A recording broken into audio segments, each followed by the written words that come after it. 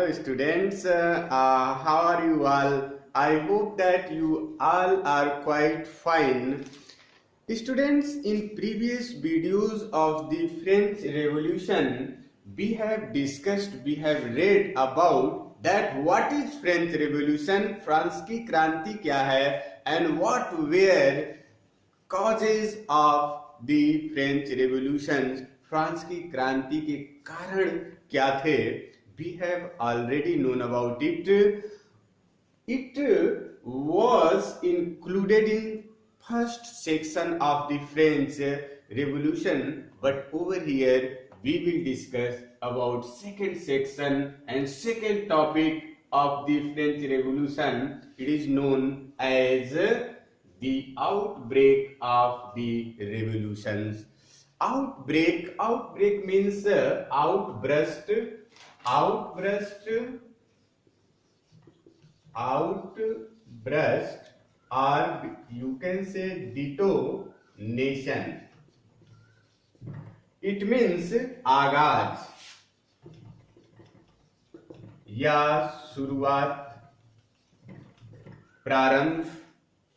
तो outbreak of the French revolution means France की क्रांति की शुरुआत, फ्रांस की क्रांति की आगाज कैसे हुई, कब हुई, क्यों हुई, what were reasons of the outburst of the detonation of the French Revolution. We will read about it in the second section of the French Revolution. कारण क्या थे फ्रांस की क्रांति को हम लोगों ने इसको पढ़ चुका है, जान चुका है. अब देखना है कि उसकी क्रांति की आगाज, शुरुआत कैसे, कब और क्यों हुई. Actually there were several reason to increase taxes of at the time of Louis XVI in 1789.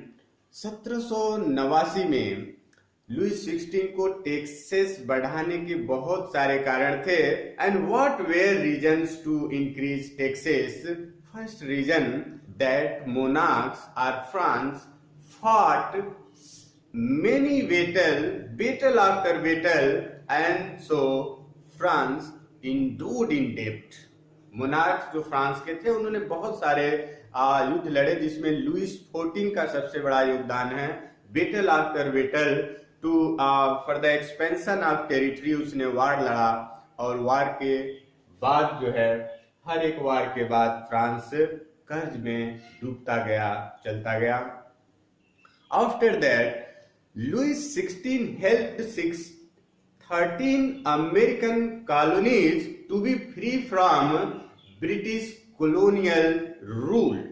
Louis 16 ने भी एक ऐसी गलती की जिसने अमेरिका की 13 कॉलोनियों को ब्रिटिश उपनिवेश से स्वतंत्र होने में मदद की. उसने इकोनॉमिकल हेल्प की, because Britain was joint enemy of France as well as America. इसलिए फ्रांस ने अमेरिका का हेल्प किया. इससे भी फ्रांस अत्यधिक कर्ज में गया, जबकि उसके खुद के देश में ब्रेड के लिए, फूड के लिए बहुत सारी दिक्कतें थीं. ऐसे हालात में लुइस 16 ने अमेरिका का हेल्प किया था अगेंस्ट ब्रिटेन.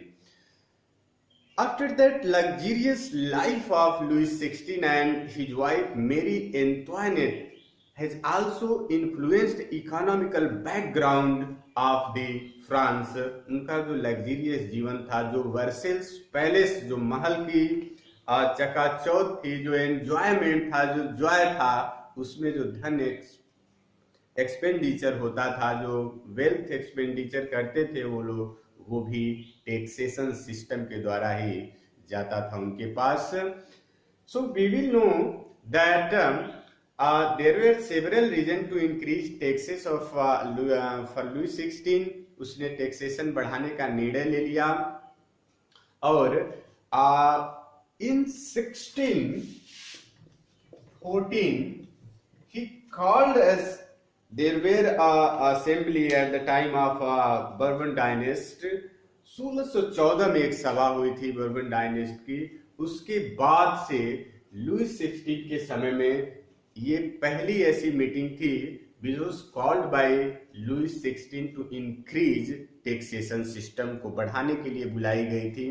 एक्चुअली लुईस 16 स्वयं मानता था कि he possesses divine power and his will is law, पर वो तो रहता था वर्सेल्स पैलेस में, वर्सेल्स के खूबसूरत महल में रहता था, शहर से भीड़ भाड़ से दूर रहता था, इसलिए जो देश का एडमिनिस्ट्रेशन था उसको चलाने के लिए उसके द्वारा जो सभा बनाई गई थी उसका नाम था स्टेट जेनरल। स्टेट जेनरल, ये जो स्टेट जेनरल जिसमें मैनली डेलीगेट्स थे फर्स्ट स्टेज और सेकेंड स्टेज के, जिनकी सत्ता चलती थी, उसका भी जो निर्माण था वो लुईस 16 के द्वारा किया गया था फॉर हिज ओन कन्वीनियंस, अपनी सुविधा के लिए उसने बनाया था। इसलिए टैक्सेशन सिस्टम मोनार्क खुद नहीं बढ़ा सकता था, उसको अपने इस स्टेट जनरल के डेलीगेट्स की अनुमति लेनी थी। For this purpose he called assembly meeting of delegates in Versailles palace में उसने मीटिंग बुलाई। कब बुलाई? 5 मई 1789 को लुईस 16 ने स्टेट जनरल की मीटिंग को बुलाई and he put proposal for new taxation system के लिए उसने उनके सामने प्रपोजल रखा। व्हाट इज स्टेट जनरल, ये आपको जानना जरूरी है। State general was a political body to with 3 states, जिसमें 3 स्टेट जो थे फर्स्ट, सेकेंड और third, they sent their representative. Anyway the monarch alone could decide when to call a meeting of this body. It was in hand of monarch Louis 16. Lewis 16 यह meeting बुला सकता था कि मैं representatives का, delegates का, जो फर्स्ट, सेकेंड और थर्ड स्टेट के थे, उनको कब बुला सकता हूं। इसलिए टू इंक्रीज टैक्सेस उसने 5 मई 1789 को मीटिंग बुलाई वर्सेल्स के पैलेस में। एक्चुअली उस मीटिंग का नियम था कि जो भी डेलीगेट्स आएंगे, रिप्रेजेंटेटिव आएंगे, वो वोटिंग करेंगे प्रपोजल पर, प्रस्ताव पर, और फिर उस प्रस्ताव को पूरी जनता पर लागू कर दिया जाएगा, पास कर दिया जाएगा। But there were a discrimination in voting system of state general में बहुत बड़ा डिस्क्रिमिनेशन था। क्या था कि there were 300 representatives on behalf of first stage and then 300 representative delegates on behalf of second state थे, जबकि थर्ड स्टेट से 600 पीपल रिप्रेजेंटेटिव भाग लिए थे। बट वोटिंग सिस्टम अलग था। वोटिंग सिस्टम क्या था कि जो फर्स्ट स्टेट के 300 हैं और जो सेकेंड स्टेट के 300 हैं, each state will vote only one, there will be only one vote for each state. अब 300 जो फर्स्ट स्टेज में हैं वो 300 कर सकते हैं, फिर सेकेंड स्टेट वाले 300 कर सकते हैं, and the third state they will also provide their vote as 300 representative can vote। ये भी 300 वोट ही कर सकते हैं, 3 जो थर्ड सेक्शन के हैं, जबकि इनकी संख्या 600 है। ये एक तरह का डिस्क्रिमिनेशन था कि each state will provide only one vote for any proposal given by Louis 16 or monarch। First और सेकेंड स्टेट के लोगों को वर्सेस पैलेस में बहुत सम्मान के साथ बिल्कुल आगे की सीट पे, फ्रंट की सीट पे बैठाया गया था, जबकि ये 600 पीपल पीछे खड़े थे। 600 पीपल में मैक्सिमम जो रिप्रेजेंटेटिव थे वो हाईली एजुकेटेड थे, डॉक्टर्स भी थे, इंजीनियर भी थे, from middle class family, but they had not a seat to sit in Versailles palace में बैठने के लिए कोई सीट नहीं थी। वो पीछे खड़े थे बिल्कुल, फर्स्ट और सेकंड के जो रिप्रेजेंटेटिव थे उनके पीछे खड़े थे।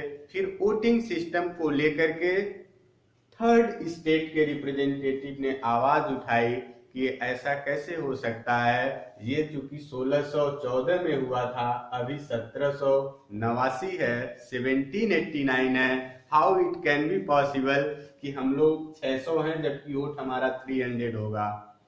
तो इन्होंने कहा, थर्ड स्टेट ने, कि third state demanded the voting now be conducted by the assembly as a whole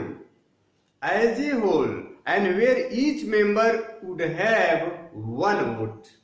ये सबसे बड़ा क्रांति के आगाज का जो है एक तरह से सीट था कि where each member would have one vote, and this was one of the democratic principle. It was not a principle of those people of third state, but it was a democratic principle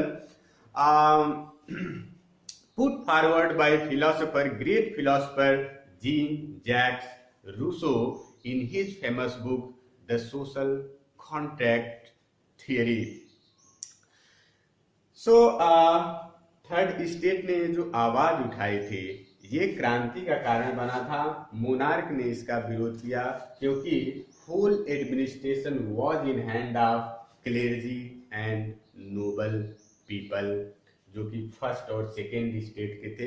according to their views, Louis 16 was ruling over France, और इसलिए अगर voting power इनको 600 मिलता तो फिर 600 representative पर vote के हिसाब से 600 वोट करते, और इन दोनों का मिला के कितना होता, ओनली 600। इधर फर्स्ट स्टेज और सेकेंड स्टेट में there were some representative delegates, they were educated and they were unhappy, disagreed with proposal of first and second state. वो भी मानते थे कि ये जो फ्यूडल सिस्टम है इसको समाप्त करना चाहिए, ये जो थर्ड स्टेट के प्रति जो एक तरह का अत्याचार है, टायरेनिकल एडमिनिस्ट्रेशन किया जा रहा है, उसको भी खत्म करना चाहिए, और एक इक्वालिटी और लिबर्टी होनी चाहिए फ्रांस में। तो इधर से जो 300 रिप्रेजेंटेटिव हैं इनका वोट भी थर्ड स्टेट में आ जाता था, डेलीगेट्स का। थर्ड स्टेट का जो वोटिंग सिस्टम था वो अधिक हो जाता और मोनार्क की जो बिल थी वो फेल हो जाती। इसी कारण से मोनार्क ने इनके इस प्रस्ताव को, थर्ड स्टेट के प्रस्ताव को इनकार कर दिया वोटिंग एज ए होल करने की।